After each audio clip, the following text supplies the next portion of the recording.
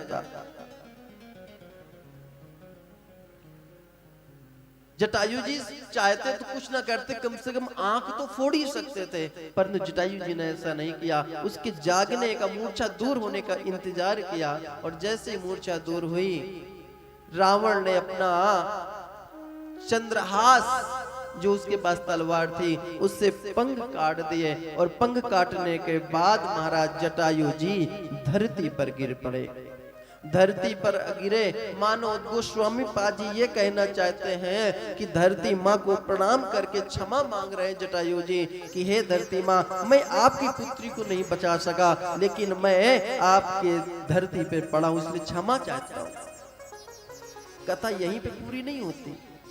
माँ जानकी जी आगे जाती हैं, और ऋष्यमुख पर्वत पर वहां पर 3 बंदर बैठे होते हैं।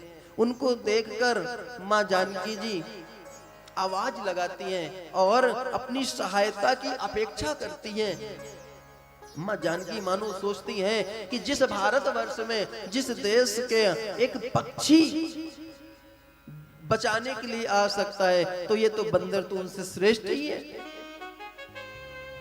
परंतु जब वो नहीं, सुग्रीव वगैरह जो बैठे थे, जब बंदरों ने कोई सहायता नहीं की, अपेक्षा उपेक्षा में परिवर्तित हो गई, तो माँ ने अपने कंगन वगैरह उतार के वहां फेंक दिए। मानो ये कहते हैं, अगर तुम देख सकते हो अत्याचार, कुछ कर नहीं सकते हो, तो ये चूड़ियां पहन लो। या फिर मान लो माँ जान के ये बताना चाहती हैं कि इन आभूषणों को आप रखो। जब मर्यादा पुरुषोत्तम, आयर वर्त के प्रभु मर्यादा पुरुषोत्तम श्री राम आएंगे, तो ये कंगन उनको दे देना, और तुमको वो इतना बलवान बना देंगे कि तुम रावण से युद्ध करने के लायक हो जाओगे।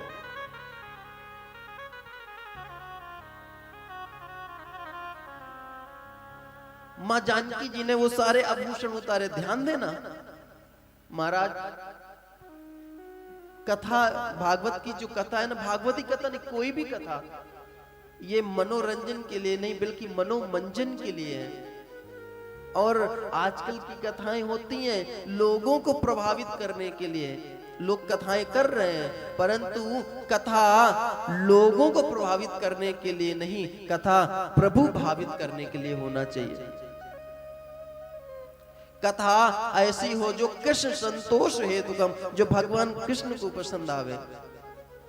जब वो आभूषण प्रभु श्री राम और लक्ष्मण जी के साथ पहुंचे ऋष्यमुख पर्वत पर, तो सुग्रीव जी ने वो सारे आभूषण लेकर आए, और सुग्रीव जी ने कहा, प्रभु जब माँ जानकी जी को अपहरण करके रावण ले जा रहा था, तब ये कुछ आभूषण माँ ने गिराए थे।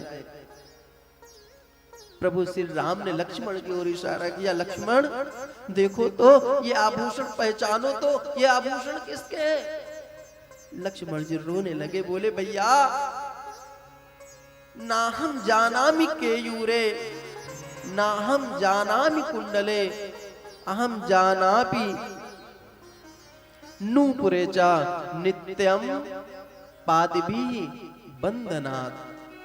मैं ना तो ये केयूर जानता हूँ, कानों के कंगन, ना तो मैं कर्णफूल जानता हूँ, ना ही मैं ये कंगन जानता हूँ, मैं तो ये पायल जानता हूँ भैया।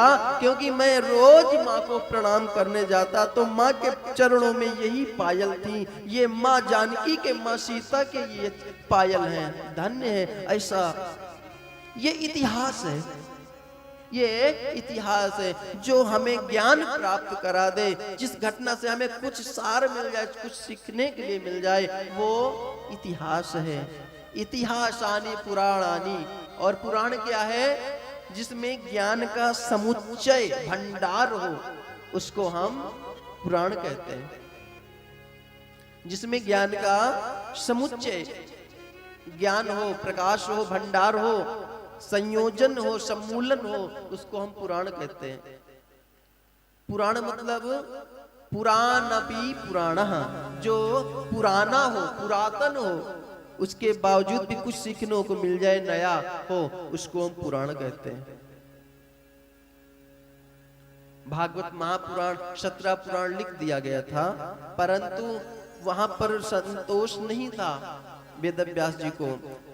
तब उन्होंने 18वां महापुराण लिखा। मतलब अब इसके बाद कोई पुराण उन्होंने लिखा ही नहीं। तो सच्चिदानंद रूप आया। भगवान का स्वरूप कैसा है? बोले सत है, चित है और आनंद स्वरूप है। और उनकी सामर्थ्य क्या है? बोले विश्वोत्पत्त्यादि हेतवे, वो विश्व की उत्पत्ति करते हैं और विश्व का पालन करते हैं और विश्व का संहार भी करते हैं। और सामर्थ्य क्या है उनका? अगर वो प्रसन्न हो जाए तो क्या करते हैं? बोलते हैं तापत्रय विनाशाय। 3 प्रकार के ताप जो होते हैं उन तापों का वो विनाश कर देते हैं। कौन से 3 प्रकार के कौन कौन से ताप हैं? आध्यात्मिक, आदि दैविक और आदि भौतिक।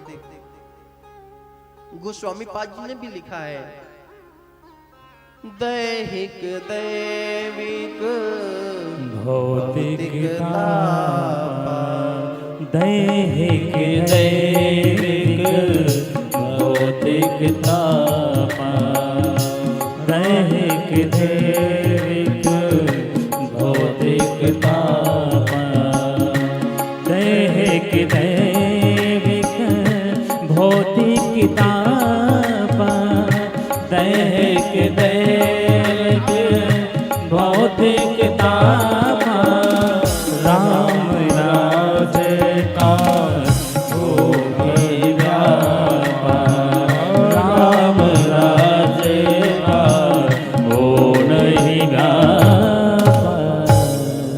दैहिक, दैविक और भौतिक 3 प्रकार के ताप है और इन्हीं तीनों तापों से हम सभी दुखी रहते हैं। कोई तन दुखी, कोई मन दुखी, कोई धन बिन रहत उदास, और थोड़ा थोड़ा सब दुखी, सुखी राम के दास। समस्त प्रकार की सुविधाएं हैं, धन भी बहुत है, परंतु शरीर साथ नहीं दे रहा है। डॉक्टर ने बताया कि आप शुगर नहीं खा सकते, आप घी नहीं खा सकते, सिर्फ मूंग की दाल और फुल्का, बस 2 ही आहार है खाने के लिए, तो सब कुछ व्यर्थ है महाराज। यहाँ पर धन का बल तो रहा ही नहीं, क्योंकि सब कुछ होते हुए भी आप उसका उपभोग नहीं कर सकते। तो वो महाराज तन से दुखी हैं क्योंकि शरीर साथ नहीं दे रहा है।